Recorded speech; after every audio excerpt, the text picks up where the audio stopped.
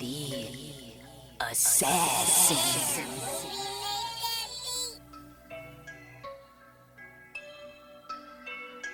You know I break necks, call me Jack Tate. I have no regrets while your life is fading. I'm a crazy fuck equivalent to Satan. When I'm behind the mic, I feel like the greatest. You know I break necks, call me Jack Tate. I have no regrets while your life is fading. I'm a crazy fuck equivalent to Satan. When I'm behind the mic, I feel like the greatest. What up, y'all? You're listening to Sports Talk with Tropp, and I'm your host, Katie Tropp. Well, my Dallas Cowboys got the win last night, but that was not a very convincing win, especially on the defensive side of the ball. I mean, I take back everything I said. Before the season started, I actually thought the Cowboys defense was going to be the best defense in the league, and right now they are looking like one of the worst defenses in the league. I mean, they can't stop shit. I mean, the Giants' offense is pretty terrible, and you know, we were able to keep them in check, but for the most part, there were some points, like even on that last drive, I was holding my breath because I didn't know if the Cowboys were actually going to walk away with that win, which they did. Yeah, it was quite the game, we'll say. The Cowboys got the win, 20-15. The Giants' offense could not get anything going whatsoever. Every time they'd get in the red zone, they'd have to settle for 3 points. So, I mean, that's really where the Cowboys lucked out. But, I mean, overall, this defense is very, very shaky, at least so far. And then, you know, it just was announced right before I hit the record button that DeMarcus Lawrence looks like he's going to miss a few games. So there's a blow to our defense. And then Micah Parsons, they said he sprained his knee, so who knows what his status is right now. But or sprained his ankle, I believe it was. Regardless, two of our top defenders are injured right now, and we didn't really look good with them in the game yesterday. So I'm happy we got the win. Definitely happy we got the win, but that was not a convincing win, at least there. And then on the offensive side of the ball, you know, Dak is really carrying this team. I know all the Dak haters really think he's the reason why we're terrible, and no, this guy is actually the only reason why we're even doing anything at all. And then in last night's game, he was pretty much had a perfect game. He went 22 for 27, 221 yards and 2 touchdowns. CeeDee Lamb had a big game, 98 yards and a touchdown. Those are them and Aubrey are our pretty much only consistent players at this point in time. That offensive line, what the fuck, Guyton? The guy is all he does is hold. And I get it, he's a rookie, but Jesus Christ, it feels like on every fucking play, Guyton's getting called for a hold. And it's just no ground attack either. We have no running game. Like, I feel like this is going to be a long season for Dallas Cowboys fans for sure, just because there's a lot of questions, and it's still early. We did get the win, but I mean, I'm going to keep it real. If you haven't looked at the Cowboys schedule, they've got a pretty lofty schedule. We got teams like Detroit Lions, San Francisco 49ers. We still have the Eagles coming up. We still have the Commanders that we have to play twice. We have to play the Giants again. And there's a lot of good teams headed our way. And it's like, oh, they got to play a lot better than that. Hopefully they're able to put something together. But I was not really convinced last night, but I will take a win. I am happy they got the win, but really, really was not convinced with what I saw last night. Other than from Dak, CeeDee Lamb, and Aubrey, the kicker. Those are the only 3 guys right now that I look at and go, you're actually Ferguson actually as well too, just on a little lesser level than CeeDee Lamb. But I mean, overall, this team is very shaky.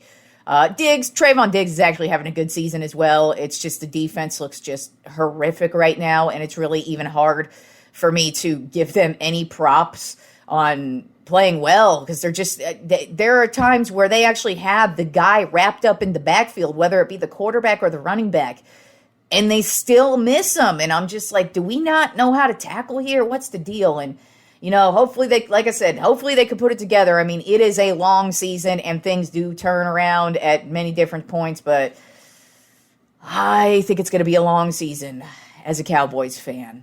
So let's discuss the rest of Week 4 and what we've got going on here. Both Simon Ruvalcaba and in our head-to-head matchup here, We have not been faring well over these last 3 weeks with our picks. I went 8-8 last week, and he went 6-10. So that makes my season record 27-21, and his 20-28. So, but I mean, really, just for the year, it's really difficult to actually make these picks. These first 3 weeks, at least, just because so many teams have been playing so inconsistently, and it's just like you're like, this team should win, but the other team wins. So that's kind of how it's been for us. And then both Simon and I did have the Dallas Cowboys last night. We actually had the Cowboys winning big. I had the Cowboys winning 35-17. Simon had the Cowboys winning 27-17. Not so much, but hey, they still got the win, and we both are starting off the weekend 1-0. So let's get to Sunday's games. Beginning with the New Orleans Saints at the Atlanta Falcons. Right now, the Falcons are a 1.5-point favorite. This is a division battle, and both of these teams, they've had their moments. The Saints, I would say, are a much more complete team than the Atlanta Falcons. The Falcons, they've got a lot of questions. I still, it's just with Kirk Cousins, you could tell that injury is still he's still working his way back from it.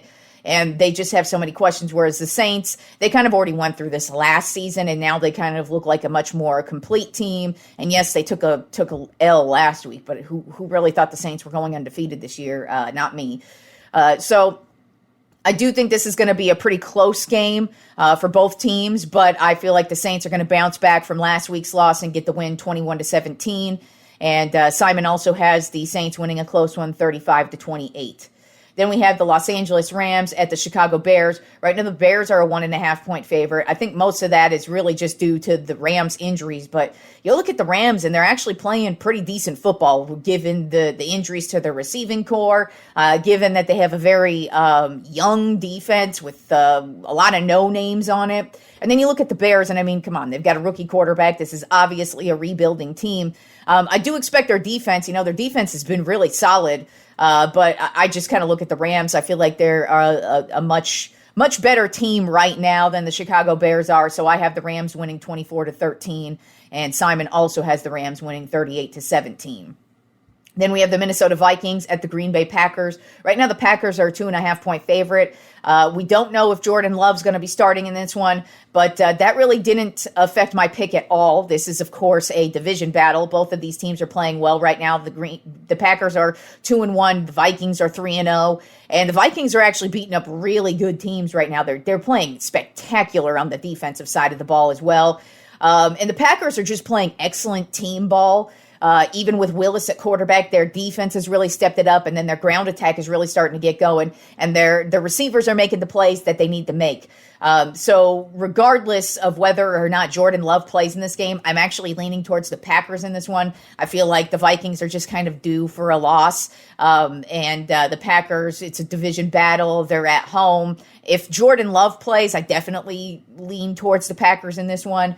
I kind of look at this matchup being a split throughout this season, so I kind of feel like the Vikings will get the next one. But right now, I look at the Packers. They're playing excellent team ball, and it just kind of feels like the Vikings are due for a loss. So I've got it being a close battle with the Packers winning 27-23, and Simon also has the Packers winning a close one, 24-22.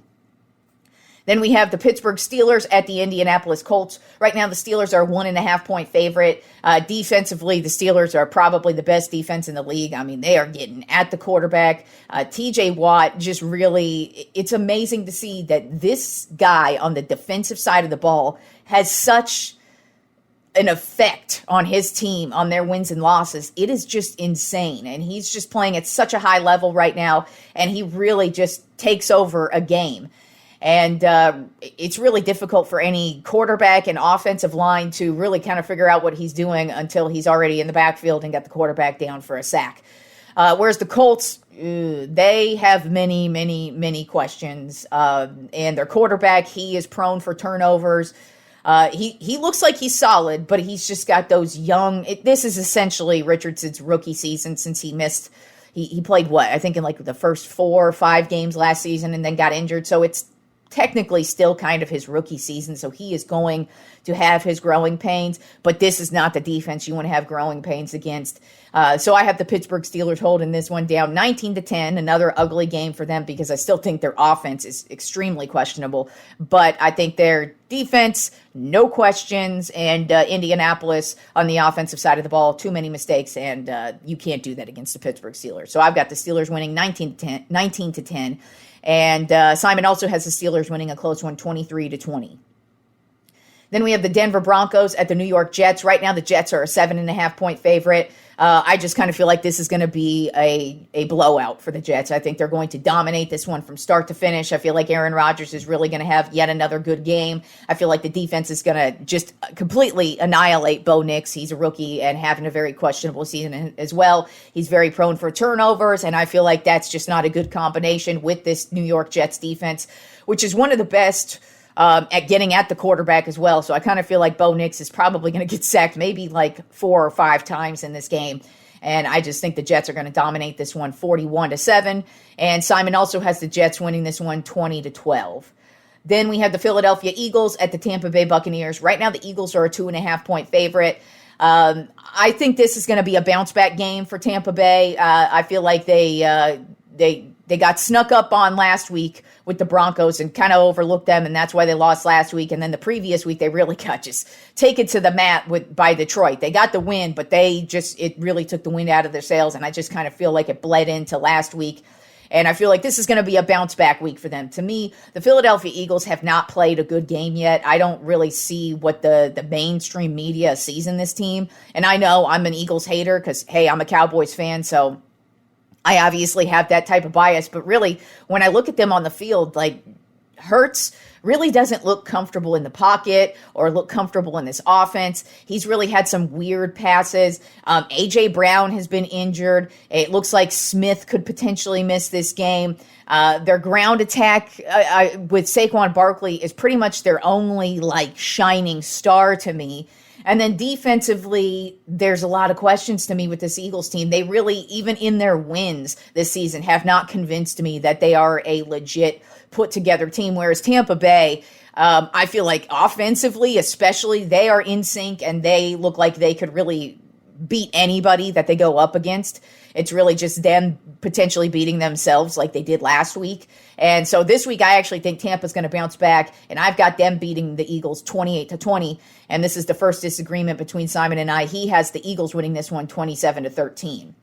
Then we have the Cincinnati Bengals at the Carolina Panthers. Right now, the Bengals are a 5.5-point favorite, and the Bengals have yet to get a win. And they have not looked good at all this season themselves. Even in that Kansas City Chiefs game, honestly, they let that shit slip away from them in many occasions. Not just that last pass interference call, but I mean, Joe Burrow had a fumble. They had they had like some stupid penalties, and there were things that were holding them back. So this Cincinnati Bengals team and their offensive line, what is wrong with this offensive line? It just cannot keep Joe Burrow up, and that unfortunately just makes things more difficult for him. And he's just unable to find his receivers, or he's turning over the ball, or he's just straight up on his ass. And the Carolina Panthers, obviously, this is a team in rebuilding mode. They did get a big win last week, which was what they really needed to do to get a boost. But for me, that's all that was just a boost. I feel like this week, the Bengals are going to get their boost, and they're finally going to get their win. And I think it's going to actually be a pretty convincing win as well. I have the Cincinnati Bengals winning this one 27-16, really just because I can't see the Bengals going 0-4 on the season. I mean, they are 0-3 right now. I don't really see them going 0-4, but hey, I mean, Carolina did get a nice spark last week from Andy Dalton, and Andy Dalton, he did play for the Bengals, so it might be kind of like a revenge game for him. But for me, I don't really look at things like that, and I just kind of feel like the Bengals need a win. They're desperate for a win, and they're going to get the win.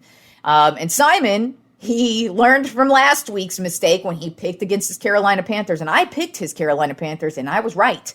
But this week he is going to go with his Carolina Panthers, as he should. He's got them winning 27-23. So he's got it going close. And I mean, like I said, I would not be surprised if Carolina wins this one because the Bengals just have not been convincing to me. I'm really only leaning towards the Bengals because I don't see them going 0-4, but you never know, especially with the way this season has gone so far. Then we have the Jacksonville Jaguars at the Houston Texans. Right now, the Texans are a 4.5-point favorite. This is a division battle, even though the Jaguars have played terribly this season. They look awful. Trevor Lawrence, he has yet to really look comfortable in this offense.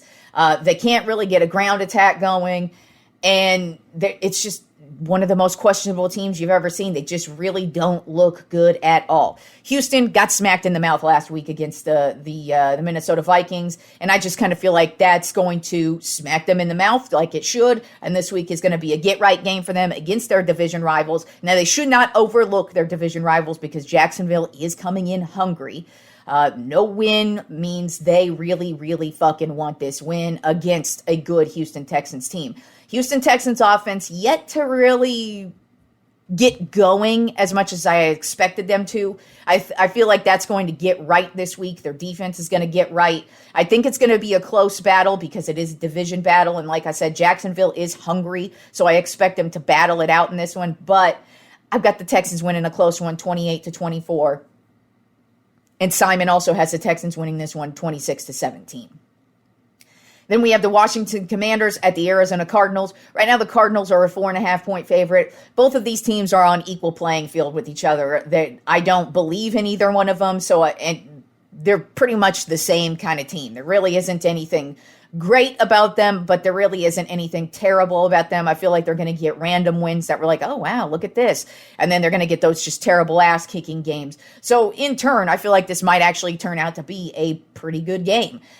Since Arizona's at home, I'm leaning towards them. Their offense seems to be clicking on all cylinders right now. Washington, they look like they've found their quarterback of the future. But, Washington's a little bit more, not as established as Arizona is with each other. There isn't going to be any Austin Eckler in this game for Washington, so I think that's going to kind of take away from their offense. So I've got Arizona winning this one 31-21, and Simon also has Arizona winning this one 23-20. Then we have the New England Patriots at the San Francisco 49ers. Right now, the 49ers are a 10.5-point favorite. The 49ers have taken a hit with injuries galore. I mean, Christian McCaffrey, earlier this week it was announced that he's actually headed to Germany to get more opinions on his Achilles tendon or whatever's going on with the bottom half of his leg right now. So he looks like he's not going to be coming back anytime soon. Then you have Deebo Samuel. He missed last week's game, but he did practice this week, so there's a potential he could end up playing in this game. Brock Purdy had to get an MRI in his back, but it looks like he's going to be fine and playing this week. So it's just, and then they lost Hargrave, their defensive tackle, who's one of the top defensive tackles in the league. So, and he's gone for the year. So the Niners are taking hit after hit after hit with injuries. It kind of looks like that is going to be, there's always a team every single year who gets just this rash of injuries that just keeps taking them out. And it kind of looks like the Niners are that team this year. It's always unpredictable. I mean, injuries are always inevitable for every single team, but every year there's always one team where you're like, damn, they lost another big guy. Damn, and that's kind of what it is right now with the Niners. I mean, we're at week 4. And they've let, and hell, even Kittle, that's another guy. It looks like he's going to play this week as well. But I mean, there's a lot of questionables with their injuries this week, but they're playing the New England Patriots this week. A pretty atrocious team offensively, defensively. They are in complete rebuilding mode as well. Who knows what the fuck we're going to get from this team. So I think the Niners, they're at least good enough to get by this terrible New England Patriots team. I have the Niners winning 20-10, and Simon also has the Niners winning this one 27-17. Then we have the Cleveland Browns at the Las Vegas Raiders. Right now the Browns are a 1.5-point favorite, which is pretty shocking to me because the Browns look like one of the worst teams in the league. I would go out on a limb on that. And really, it's kind of hilarious, too, because Deshaun Watson statistically is like one of the worst quarterbacks in the league right now. He's only doing, the only quarterbacks who are doing worse than him right now are Bryce Young, Carolina Panthers, who got benched, and then what's his face, the backup for Tua in Miami. Those are the only two worst quarterbacks statistically than Deshaun Watson right now. So to me, that's amusing because fuck Deshaun Watson. He's a piece of shit. At least in my opinion, he is. And so that makes me laugh and puts a big old smile on my face. But the Raiders, they don't look like a good team either. But with that being said, they do have a solid defense. I feel like they are one of those teams that have a lot to prove. Their coach just called them out last week and basically said there's a lot of players who just really aren't, they're basically cashing it in this season. And he's like, we're going to have to make some business decisions ourselves. No major changes were made for the Raiders this week, but I just kind of feel like he's letting them know that let's get it together. And the Browns are a team that they should get it together against. They are at home. Cleveland's pretty terrible in all ways. I mean, even on defense. This is the number one defense from last year, and they are looking pretty bad right now. And Myles Garrett, also nursing an injury. I think he's going to be playing this week, but I mean, I don't think it really matters because Cleveland just looks that terrible. So I have the Raiders winning this one 23-17, and Simon also has the Raiders winning this one 27-20. Then we have the Kansas City Chiefs at the Los Angeles Chargers. Right now, the Chiefs are an 8.5-point favorite. Patrick Mahomes owns this division, and even if Justin Herbert, who potentially may not play in this game, even if he were playing, I still would be leaning Chiefs in this one. Just because Mahomes owns the division, and until somebody comes along and does something about it, I can't pick against him in this division because the Chargers haven't done anything to prove to me that they are a legit team just yet. I mean, they're building, and they look pretty solid in a few of these games that they've had, but they've also had their setbacks as well, and if there's no Herbert, that really is a big problem for them. They need him to be out there because he is an extremely talented quarterback. And he definitely adds a lot to this offense. Whereas the Kansas City Chiefs, yes, there have been plenty of questions about them this year, but they're still the defending Super Bowl champions.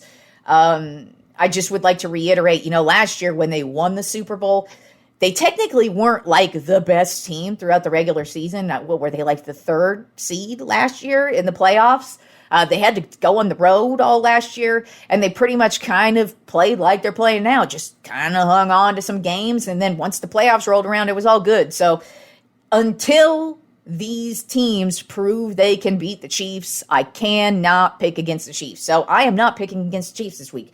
I'm going with the Chiefs in a close one, 20-14.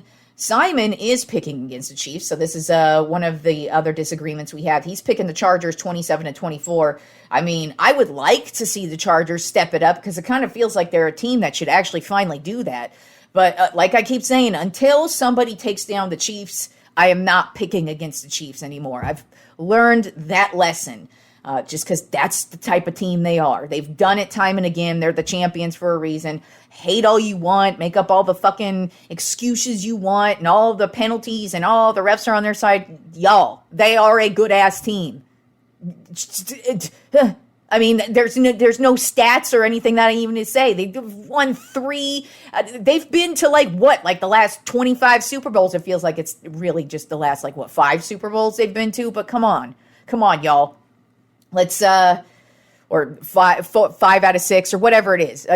It's just until somebody actually takes down the Chiefs, I am not picking against the Chiefs, especially in this division, because Mahomes owns this division, and until somebody comes to take the crown, you got to keep picking them. So I am going with the Chiefs, even though I would like to see the Chargers actually play a good game and make it a legit division. But nobody's doing that yet. So until they do, I ain't picking against the Chiefs. Or maybe if Mahomes gets hurt. If Mahomes gets hurt, I might actually start picking against the Chiefs. But if Mahomes is a healthy-ass Mahomes, come on, y'all. He's the best quarterback in the league. I'm sorry. He's the best football player in the league. Come on, y'all. Let's not even act like he ain't. And then Sunday Night Football, we have us a headbanger. I'm looking forward to this matchup. It's going to be the Buffalo Bills at the Baltimore Ravens. Right now, the Buffalo Bills look like one of the best teams in the league. They are flying high. Josh Allen is playing at peak Josh Allen right now. The guy has 0 interceptions, making no mistakes. And Baltimore, they have had their struggles this season. They did finally get a big win over my Cowboys last week, but I got to say, they didn't look that convincing last week, but maybe that win finally motivated them. I mean, I look at Lamar Jackson, and he hasn't lost a step. This guy is playing fantastic football, at least to start the season. He's got no issues with winning when he wants to run or when he wants to stay in the pocket. His passing is impeccable this season, so I've got no issues with Lamar Jackson. Derrick Henry got it going last week. I don't think that was a fluke. I just kind of feel like he needed to just get going. It's his first year in Baltimore. He needs to get to know this offensive line. He needs to get to know the schemes and just kind of how things are set up. But once he gets going, I feel like this is a damn good-ass team, and I just kind of feel like this is going to be a battle. I feel like it's going to be Lamar Jackson versus Josh Allen. I feel like it's going to be, this is probably going to be one of those games that comes down to the final drive where maybe the Ravens have to make this great defensive stand in the goal line and they're able to stop them, or the Ravens take it down the field and get Tucker a game-winning field goal or something like that. But I do think it's going to be a battle to the bitter end. I am leaning towards the Ravens, though. I just feel like Buffalo is due for a loss. They have some questions about them. Even though they're flying high, I look at them and I feel like they're very susceptible to certain things. Like, the Ravens' defense still very, very stout and very, very fucking good. I feel like Buffalo's offense might fall short on a few drives, because it's going to be all Josh Allen. He doesn't have a lot of experienced receivers. He's got a lot of B-plus receivers. They're all he doesn't really have a solid number one, and I feel like that's going to be a problem in this game. And I feel like the Ravens defense is just going to do enough to stave off the Bills from scoring more points than the Ravens offense. And I feel like Lamar Jackson is just going to turn it on and have an excellent game. And I've got the Ravens winning a close one, 31-28. And guess what? Simon also has the Ravens winning a close one, 31-28. We both think it's going to be same exact score. So that's what we're looking at this on Sunday. And then on Monday, we're going to have 2 Monday Night Football matchups again. But we will go over those on Monday's show. All right, now let's move on to baseball. The playoffs are legitimately a few days away. This is the last weekend of baseball. We are down the home stretch, and we have us a couple wild card spots in each in both the American League and the National League. Both of the last 2 wild card spots are up for grabs. That is all we have on the line this weekend. And it is a lot because, unfortunately, with this hurricane that is barreling through the Gulf right now, it is right in line for Georgia, and so they ended up having to move the games from earlier in this week to Monday because it's going to matter, this matchup between the Mets and the Braves. It's going to matter, and so it's a doubleheader on Monday, basically for the wild card here. There are ways that if they don't have to play the doubleheader, they're not going to do the doubleheader, but it looks like we're probably going to have a doubleheader, just the way things are going. But the playoffs are shaped out, and this is how it looks right now. All the divisions are locked up, and the first wild card spots are locked up. Like I said, both leagues right now have their last 2 wild card spots on the line. So right now in the American League, the number 1 seed belongs to the New York Yankees, who clinched the division, and they were already headed to the playoffs, but they have officially won their division. And they are battling it out right now with the number 2 seed, the Cleveland Guardians, who also won their division as well. So basically that's what these 2 are playing for, their seeding. And then the number 3 seed is the American League West winning Houston Astros. Then the wild card, the only wild card spot that is officially taken is by the Baltimore Orioles. They clinched the playoff spot earlier in the week. And the last two spots right now in the American League wild card belong to the Detroit Tigers and the Kansas City Royals, with the Minnesota Twins and the Seattle Mariners 3 games back. So those are the 4 teams in play.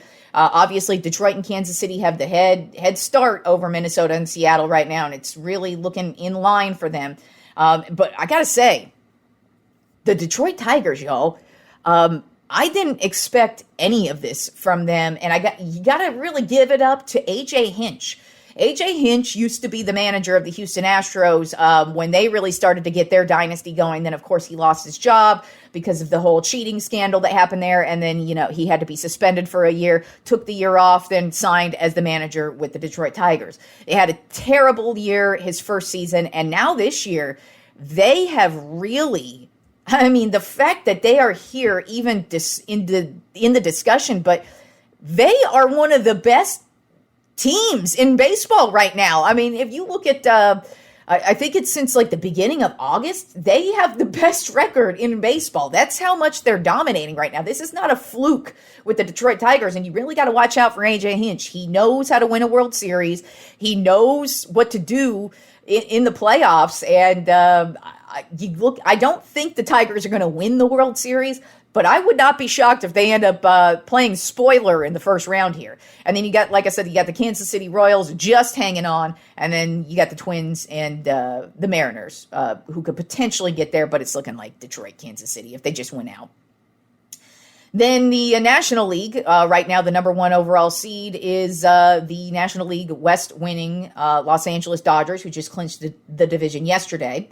Then the number two seed right now is the East winning Philadelphia Phillies, and then number three Central winning Milwaukee Brewers. And then the only locked up wild card spot for the National League right now is to the San Diego Padres, who clinched a playoff spot a couple of days ago. And the number two wild card spot right now is with the New York Mets. Number three, the Arizona Diamondbacks, with the Atlanta Braves only one game back. So like I said, there's that potential for that doubleheader on Monday. It does, of course, depend on what happens with Arizona here, who has not been playing really well. And it's kind of shocking, but then again, it's really not, because they have been a very streaky team.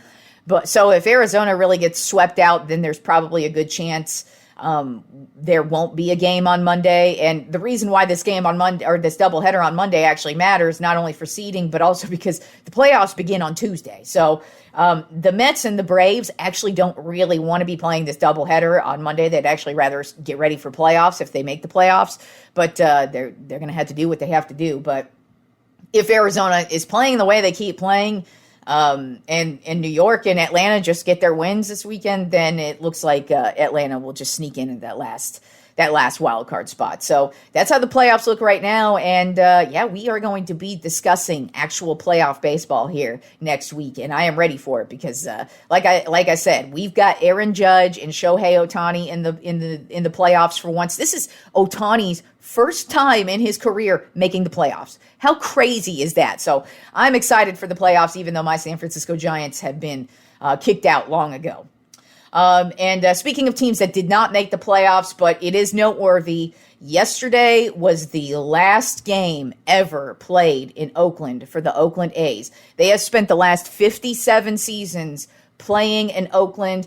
If you've been paying it any attention at all, this has been probably a 10-year-long battle between the Oakland A's ownership and the city of Oakland. They've been trying to get a new stadium done, and that just never came to fruition. So the A's decided, you know what, we are headed to Vegas. So actually, they're going to be in Sacramento for the next, 2 or 3 seasons, I believe, and then they will head down to Vegas kind of once they figure out where they're going to be playing in Vegas.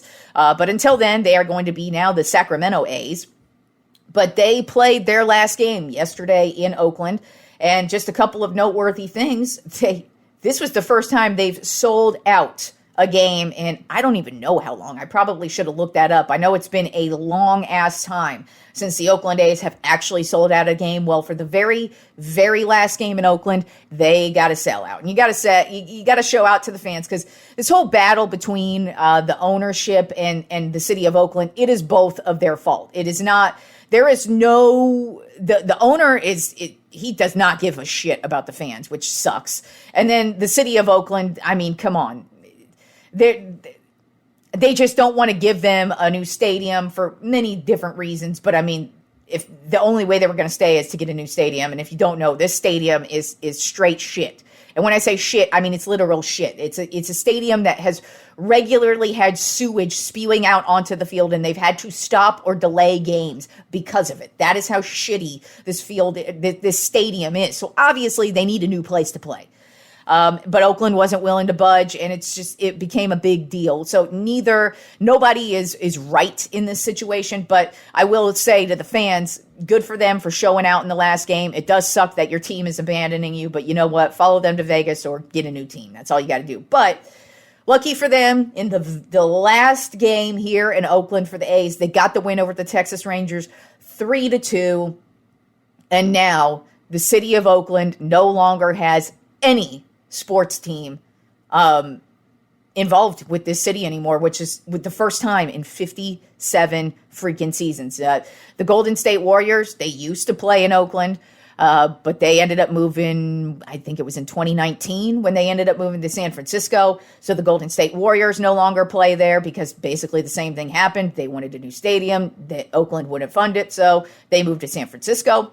Then the Oakland Raiders, they also wanted a new stadium, didn't work out, so they ended up moving to Las Vegas. And now the Oakland A's, same exact thing happened to them, wanted a new stadium, didn't work out, so now they are moving to Vegas in a few years, but until then they are going to be the Sacramento A's. But they did have a good send-off with a good game, and good for the actual Oakland A's fans who have been legitimate fans for their entire lives and have stuck with them through this terrible time, because that's what you got to do as a fan. I'm a Cowboys fan, y'all.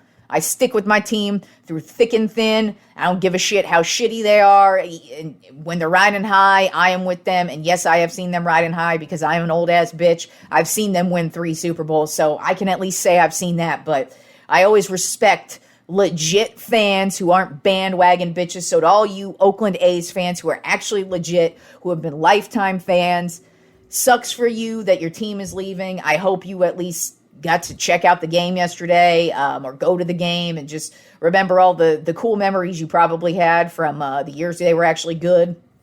But come on, you got to stick with your team. Even Sacramento is not far, and hell, even Vegas isn't far. As a matter of fact, Vegas is a much better city than Oakland. To be quite honest, Oakland is a fucking shithole in my opinion. I am from the Bay Area. I was born in San Jose, California, raised in Reno, Nevada. I have spent tons of time in the Bay Area. Let me tell you, Oakland is a shithole. So those teams are probably better off in all the other cities that they are in. So peace out, Oakland. You no longer have any sports teams affiliated with you, and that's what you get. All right, now let's move on to the Trop 5 list this week. I am now officially rounding out all of my favorite players, if you will. I started off with my favorite San Francisco Giants, my favorite Dallas Cowboys, my favorite Los Angeles Lakers, my favorite Texas Longhorns, and now we are rounding out all my favorites with my Trop 5 favorite fighters. This is going to be from both the UFC and boxing because I like both UFC and boxing. I tend to watch UFC more because it's more accessible, and I just feel like the product that they put out there is better. I think we all know, if you're a boxing fan, like a legit boxing fan, we all know it's very corrupt. The people who run boxing are not very smart. They could be smart. It doesn't mean there isn't talent. There's a shit ton of talent in boxing right now. It's just they don't really promote them very well. And so they're not really well known to people. But with that being said, I do have a lot of favorite fighters. It was actually the reason why I only did, because all my other lists were Trop 10s. This one is a Trop 5, because there were a lot after 5 where I'm like, I like you. Like I've especially on the UFC side of things, because like I said, I watch the UFC a little bit more than I do boxing, especially these days. But so I had to whittle it down to 5 because 10, it was too hard for me to start ranking them all. I have too many favorites that I actually really enjoy watching, because when it comes to fighting just in general, I have an immense amount of respect for fighters, because it's really difficult to put yourself in their position. But if you're able to do that, like imagine being a boxer or a UFC fighter. And there are some times where I'm watching like a UFC fighter, for example, and they're grappling on the ground, and you just see one of them who's just in a terrible submission, and they just can't get out of it. and the other one's just completely strangling their ass or whatever, and they've got them in a terrible position, and you look at the clock and you're like, damn, you still got 2 minutes to go, motherfucker. And I know 2 minutes seems like real quick to most of us, but 2 minutes if you're a fighter is a long ass motherfucking time. And to have the stamina that they have to have, but to also take the hits that they have. I mean, I don't think a lot of you understand that, like, some of these motherfuckers taking like hits where you're seeing stars, but you still got to continue to fight and they win. I mean, there's a lot of these people where you're like, holy shit. I mean, the Rumble in the Jungle is probably one of the craziest fights that puts that perfectly on display, in my opinion, because, like, George Foreman was completely dominating Muhammad Ali's ass from the jump. And I mean, domination. And all of a sudden, Ali just gets this wind and completely annihilates Foreman and basically sends Foreman into retirement. But when I watch a fight like that, that's why I like fighting, because it's like, whoa, this guy was getting his ass beat, and I can't even imagine what he's like seeing, what he's feeling, what's going on in that moment for all these fighters. And so for me, fighting, when I'm watching boxers and UFC fighters, I'm like, damn, that's like the ultimate level of athleticism, and just like, you're putting up with so much in one fight that it's crazy that you can even put together a sentence afterwards. And by the way, one thing I think they need to stop doing in UFC especially is letting the winning fighter speak after the fight, because this person probably just has no idea what they're saying, and there are a lot of times where they're just speaking straight up nonsense. And I get why they interview them, because you do kind of want to just go over how they won and what they were thinking in the moment. But really, if you think about it, they just got their ass pummeled.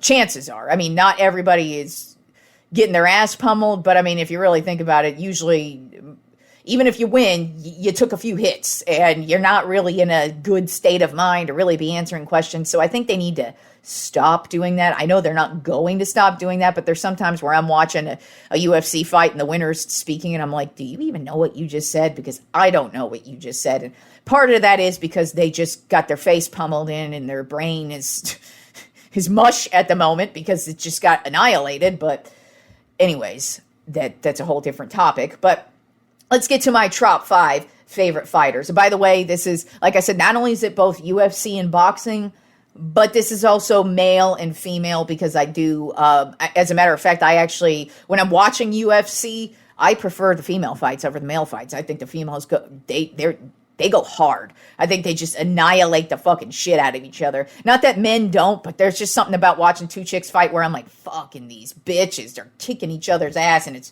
fan-fucking-tastic to watch.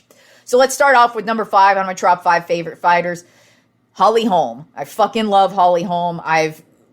When she's both a boxer and a UFC fighter. She boxed professionally from 2002 to 2013, and then is still in the UFC. Began her UFC or MMA, if you will, but she's in UFC now. But she began her MMA career in 2011 and is still an active MMA fighter right now in the UFC. Still ranked opponent, and what I love about Holly Holm is she has some of the greatest technical boxing skills you ever will see. If you want to see just beautiful boxing, go watch some Holly Holm boxing videos. She is just such an amazing boxer, and her stats prove it too. She is legitimately one of the greatest female boxers of all time. And in UFC, she's a killer too. I mean, she took it by storm. She knocked out Ronda Rousey just out of nowhere.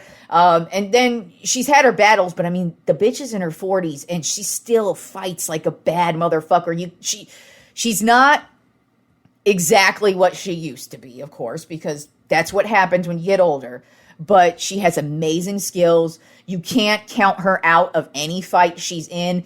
And I just respect the fuck out of somebody who is still in their 40s and still going out there the way she does and still puts it on the line. And she's had a few times where she's been knocked the fuck out or just completely dominated. She takes it like a champ, moves on, and moves on to the next one. And she, like I said, she's still a ranked opponent. It's been a minute since she's held a belt. But she's there and she's always up for it. And, like I said, she's in her 40s and still, putting a good product out there. And like I said, for me personally, her boxing skills are top notch. To me, she and Floyd Mayweather have the greatest, like, just overall technical boxing skills you will ever see. Just straight up boxing. If you just enjoy the art of boxing, those are the two boxers you want to watch. And for me, Holly Holm is my fifth favorite fighter. Then at number 4 on my top 5 favorite fighters, Amanda Nunes. She just retired from the UFC. She was an MMA fighter from 2008 to 2023, and probably the most dominating female fighter we've ever seen. But I mean, even you could rank her up against men, and I bet you she's like a top 5, right up there with the greatest of all time to do it, because she dominated. I mean, one of my favorite fights ever is when she just annihilated Ronda Rousey in like 48 seconds, and it wasn't even close. She came right out the gate, boom, boom, boom, boom, and just boom. Rousey had no fucking shot in that one. But that's not even it. Like, she's gone up against the greats. She's gone up against Shevchenko and beat her. She's gone up against Holly Holm and beat her. She has gone up against all the heavyweights and won. And she's lost too. She's lost, but then she's bounced back and taken back the title as well. To me, Amanda Nunes is one of the greatest to ever do it.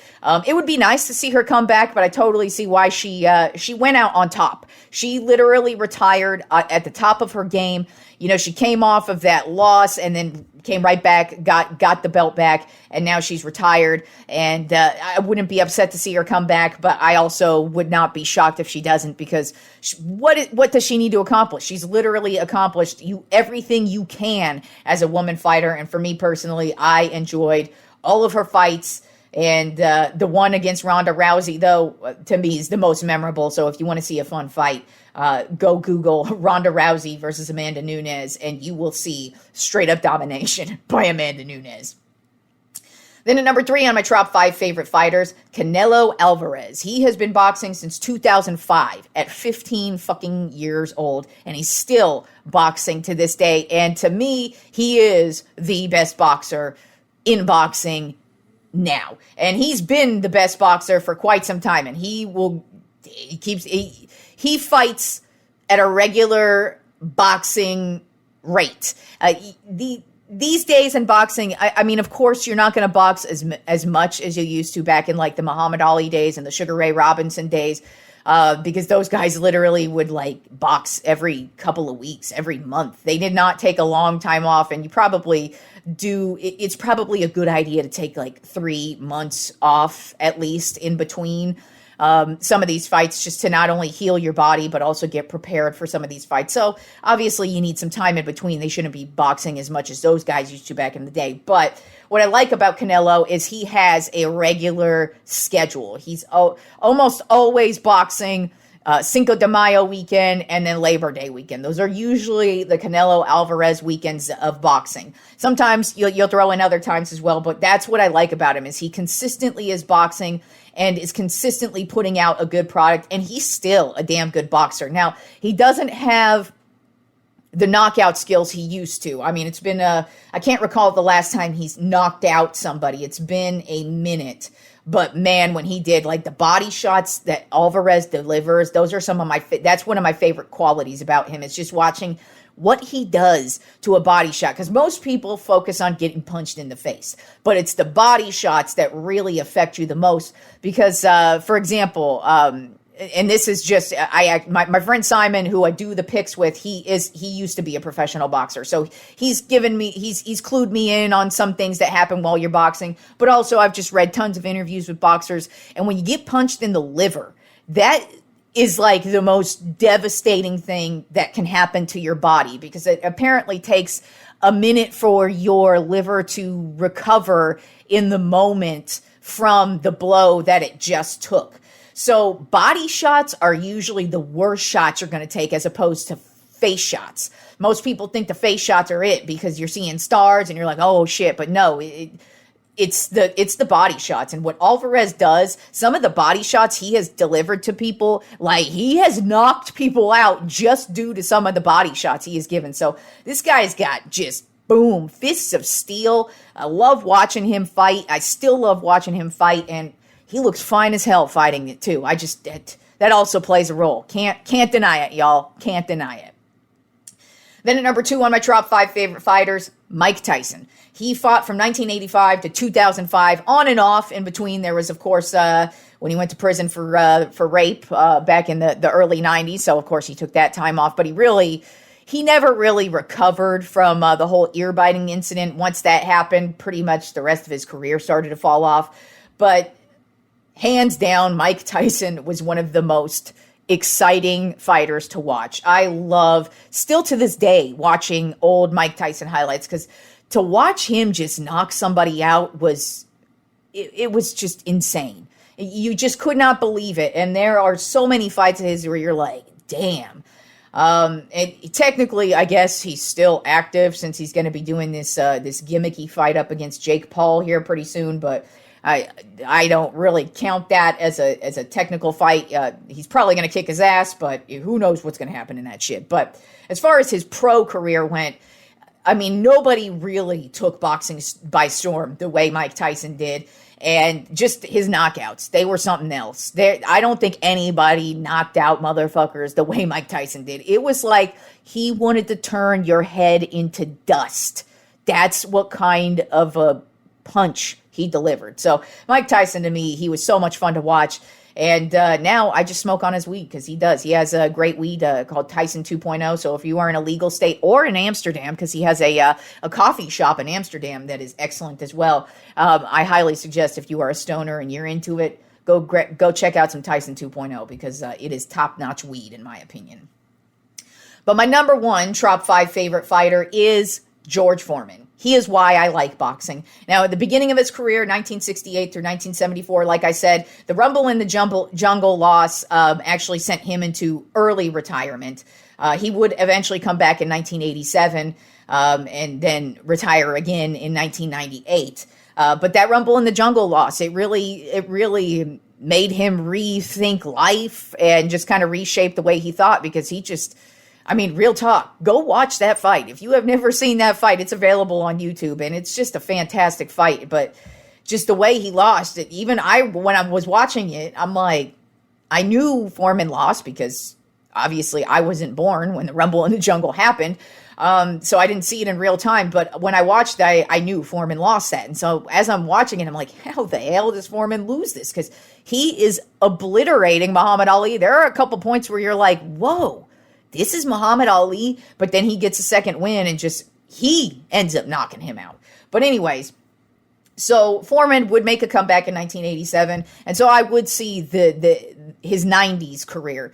But for me, George Foreman is why I like boxing. I also have a personal story about George Foreman. When I lived in San Jose when I was a kid, he actually, when he was making his boxing comeback, we lived next door to his trainer, and George Foreman actually used to train in my pool. He did laps in the pool in my backyard. Now, I was only like 2 when this happened, so I don't have a vivid memory of this, but I do have a picture of me on George Foreman's on his shoulders. So that happened. So that's kind of my personal take on it. Plus, my grandpa was a huge George Foreman fan as well. And so for me, that's why I like boxing. I loved his career. I just thought he was a fun boxer to watch. And I just loved watching him box. And the end of his career, it wasn't a terrible end to his career. But you know, you would say he petered out, but he definitely had his moments, and to me is one of the greatest to ever do it. And so George Foreman is my number one favorite fighter of all time. All right, y'all, enjoy the weekend of sports, and I will talk to you on Monday.